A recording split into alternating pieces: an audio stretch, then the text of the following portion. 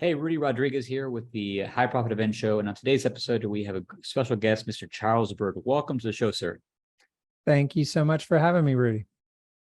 Absolutely.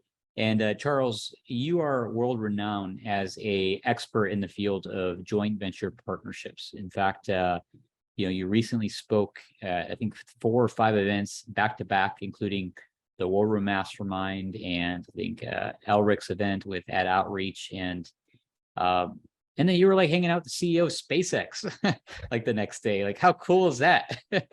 That was a unique, awesome adventure. It was like was on a eight city speaking tour, and the final one was War Room. So that closed things out very nicely. Yeah, really neat, man. And one of the things that I appreciate about you already is that we have a lot in common, and one of those things being a love for space flight and commercial space flight at that. Absolutely. I've been a fan since I was a kid and still am. I avidly consume all such content. Yeah, we're going to have a bunch of great conversations about that off the podcast. But, a couple of things I want to share for the audience as well before we jump into the content. One of the things that I learned about you is that you're on a mission to empower people to build amazing relationships that lead to large impact, dependable revenue, and an amazing quality of life. And you're a dad, you're a husband. You love adventure, you love to run, and you skateboard, which is pretty cool. It's true. Skateboard, snowboard. Yeah. And, one of the things that you and I discussed right before we jumped on or we started recording is that you're currently in the process of helping a client in South Africa fill 100,000 person summit through partnerships. And you literally just got back from Miami hanging out with Grant Cardone and having a conversation with him about helping him fill 1 million person summit this year. I mean, man, that just sounds really cool. With that being said, I'm going to turn this over to you, man, because you got a lot of gold to share with our audience. Sure. Well, again, thanks for having me. So let's talk about some of the principles involved in leveraging partners to really drive traffic for you. So I've done my own events for many years. They're smaller, high ticket events. So it's a different model than most of the people in the industry use, where they're bringing in a high volume of folks. They're delivering value typically over 2.5 or 3 days, bringing folks on a whole customer journey and story arc, kind of embedding the concept that leads straight to the sale throughout the entire event, being highly architected. And people take different approaches on this. Like Joe Polish of the Genius Network goes about it completely differently than a lot of the other folks in the industry. And the point of bringing that up is there's more than one way to go about it. But there are common themes when it comes to filling events, leveraging partnerships. So I'd like to share what some of those are. So my client in South Africa, a company called Real Success, their upcoming January summit, they have Deepak Chopra, Jack Canfield. I think it's the 8th or more time they've had Deepak. So part of that model is bringing in some big names that make it easier to sell tickets. Right after traffic and conversion, I helped fill a high ticket mastermind. I sold 3 seats in 5 days. And part of what made that easy to do was having a deeper vision or mission behind it, and then having some bigger names like Sharon Lecter was there, Kevin Harrington. So having some star power that has recognizable names, they kind of fall like dominoes after you have the initial folks in the mix. And then when it comes to adding partners to whatever else you may be doing, paid traffic or the like, you'll likely be working from your own list. And then you can be bringing partners in, and anything around an event that has a specific date, which events have, you want to get in front of these things as soon as possible, because since partner calendars tend to book at least 3 months out, ideally you're building those connections and having those initial conversations even as much as a year out. So easy ways to go about that. For one, look at your own network. Who already has your ideal clients in their audience? Who do you have relationships with already? You can start creating list of people in your own network, because I'm a big fan of always working from warm.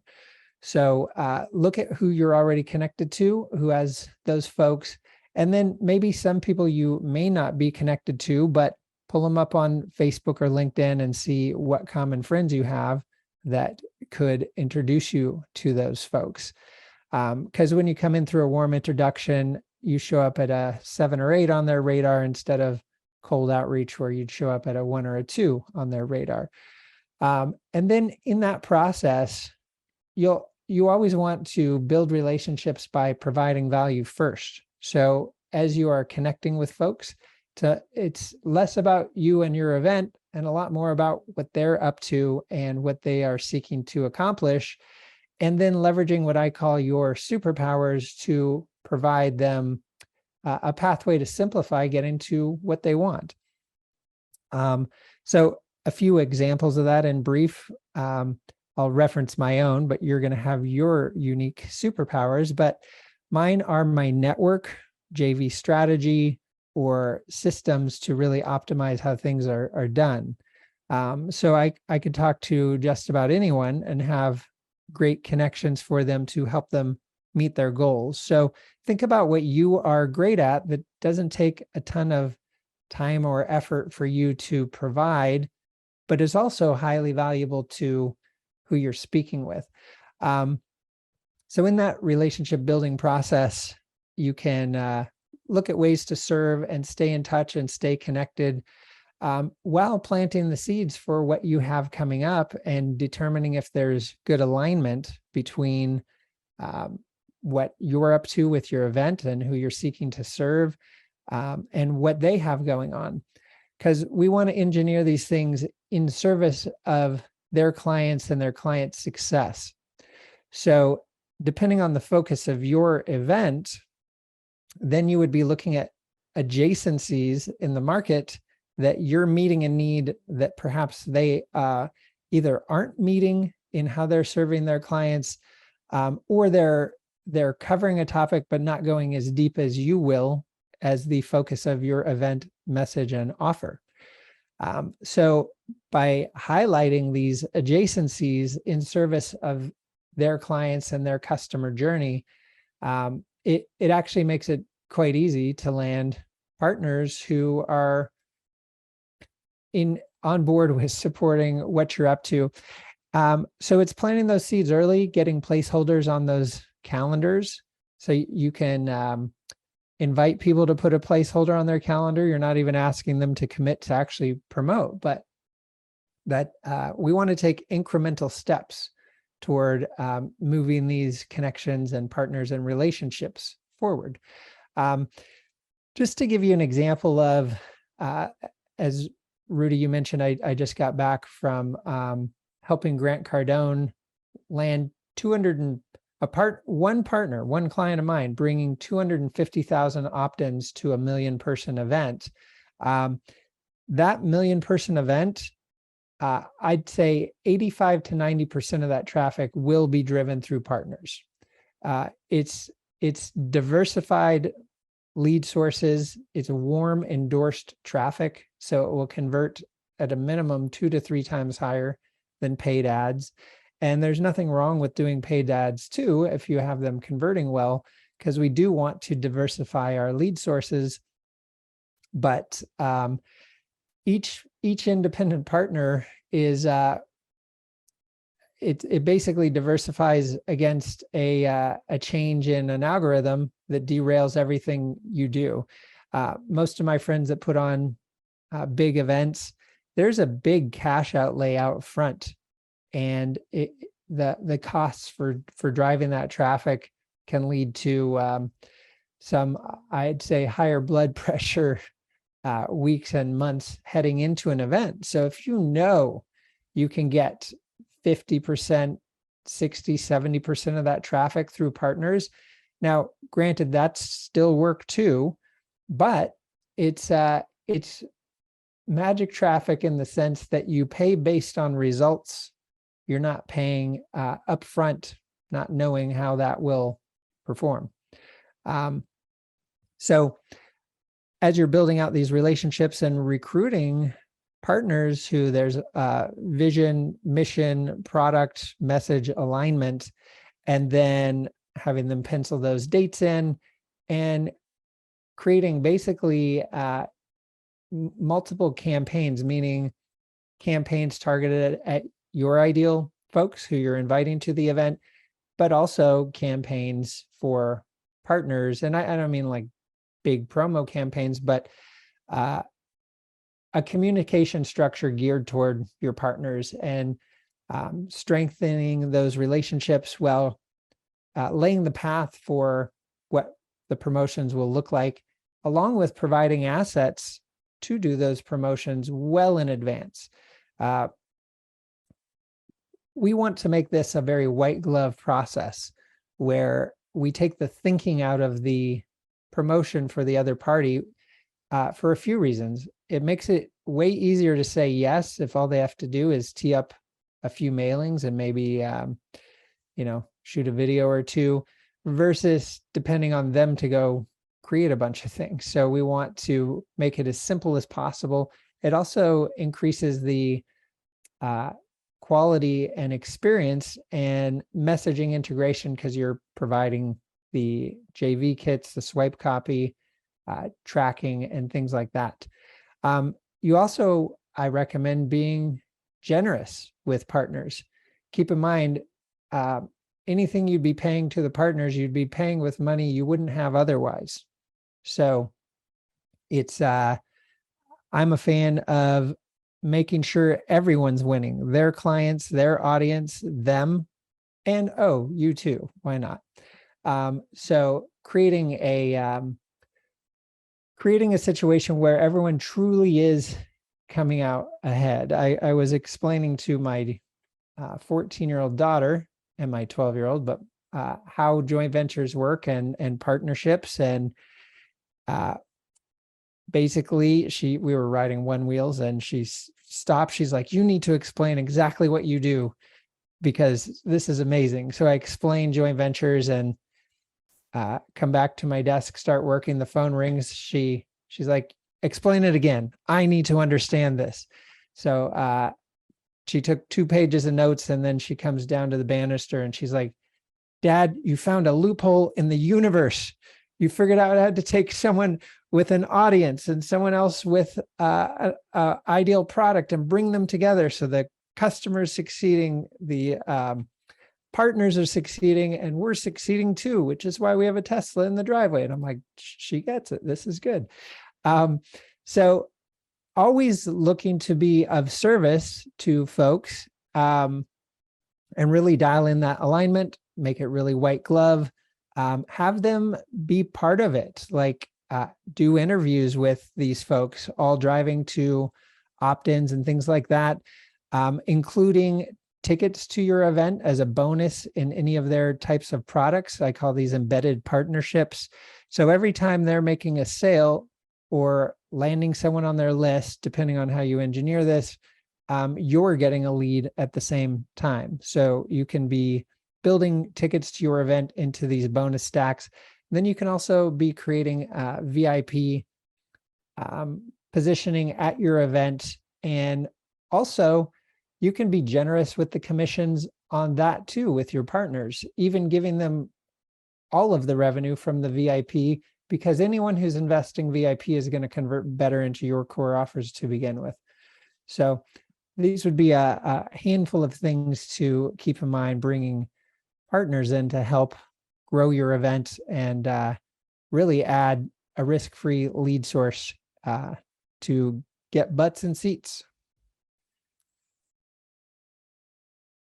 Charles, I think honestly, this has been one of the most helpful, valuable 20-minute interview segments we've done to date.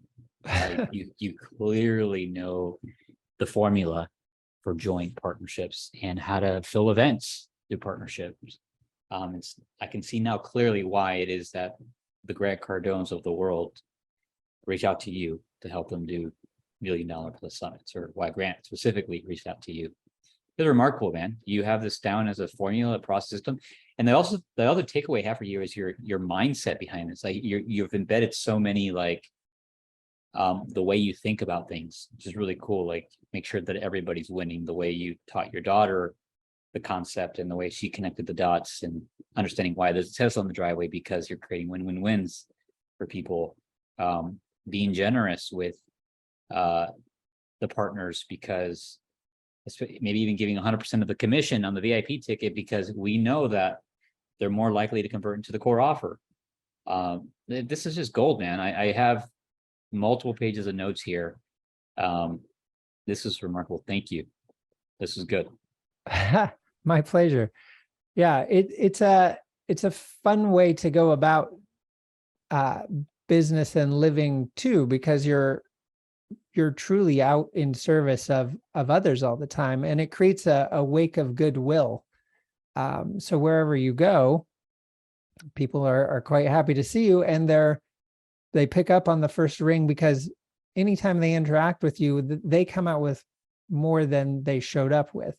And that approach makes it quite easy to not only get partners, but referrals. And typically any of the folks doing events, these events are simply selling, well, of course it ranges, but frequently 2 to 5K things that then ascend into much higher ticket things. So you can leverage partnerships both, say, more on the front end of the ascension path, or you can also line up JVs going straight to your high ticket offers and either complement what you're doing on the ascension process, or even just bypass it.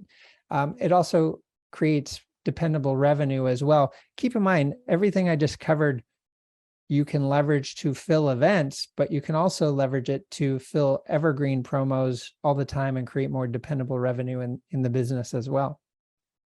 Most definitely. The other thing that one of my takeaways here from this interview is setting up the partners for success, giving them a save the date reminder, at least 3 months out, because you said that partners tend to fill their promotion calendars at least 3 months out. And then doing everything you can as far as creating swipe copy and just making it plug and play as easy as possible for them to promote. And the way you just systematically do that, like I can see your systematic approach on how to make it easy for people to partner, which is great. Yeah, and it's good too, because kind of in the launch world, certainly in the information marketing space, a lot of even people that are phenomenal at it makes it a lot harder for partners to get on. So again, the approach I would recommend is take the thinking out of the process, make it very step-by-step and easy, spoon feed them everything they need, and just really focus deep on communication. In fact, even setting up individual meetings with partners, engineering like the communication plans and shooting content together, little things that make it really personal and lead to a successful outcome. Awesome. Very cool. And Charles, if our listeners wanted to learn more about you, or maybe even reach out to you to work with you or partner with you, what would be the best way for them to do that? Sure. Well, you can check out my website. It is charlesbyrd.com, BYRD. And if you'd like to book a chat, you can use meet.charlesbyrd.com.